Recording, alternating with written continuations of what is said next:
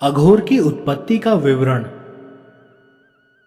सूत जी बोले, उस पीत वर्ण कल्प के बीत जाने पर प्रज्ञत नाम का काले वर्ण वाला कल्प हुआ। उसमें देवताओं के 1000 वर्ष के समय में जब समस्त ब्रह्मांड एक समुद्र से ही व्याप्त था और चारों ओर जल ही जल था, तब ब्रह्मा ने प्रजा रचने की इच्छा व्यक्त की। तब दुखी होकर ब्रह्मा ने पुत्र की कामना से चिंता करते हुए कृष्ण वर्ण वाले भगवान का ध्यान किया। इसके बाद एक महान तेजस्वी कुमार प्रकट हुआ जो काले रंग का महावीर और अपने तेज से प्रकाशित था। वह काले वस्त्र पहने हुए, काला सिर पर ओषणीश और काला जनेऊ धारण किए था।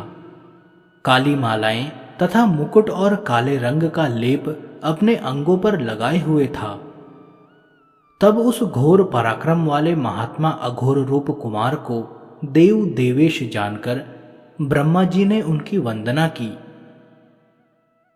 प्राणायाम में तत्पर होकर महेश्वर का हृदय में ध्यान करने पर भगवान महेश्वर प्रसन्न हुए और उन ब्रह्म स्वरूप अघोर, जो घोर पराक्रम वाले हैं, ब्रह्मा के ध्यान करने पर दर्शन दिए और उनके पास से काले वर्ण वाले, काले चंदन के लेप किए हुए 4 महान तेजस्वी कुमारों का प्रादुर्भाव हुआ।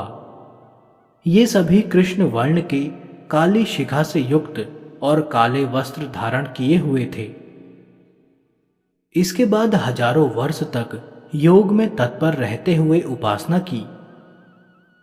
योग में तत्पर हुए वे सभी मन के द्वारा योगेश्वर शिव में प्रवेश करके ईश्वर के निर्मल निर्गुण स्थान को प्राप्त हुए। इस प्रकार योग के द्वारा वे तथा दूसरे मनीषी लोग महादेव का ध्यान करके अविनाशी रुद्र भगवान को प्राप्त करते हैं।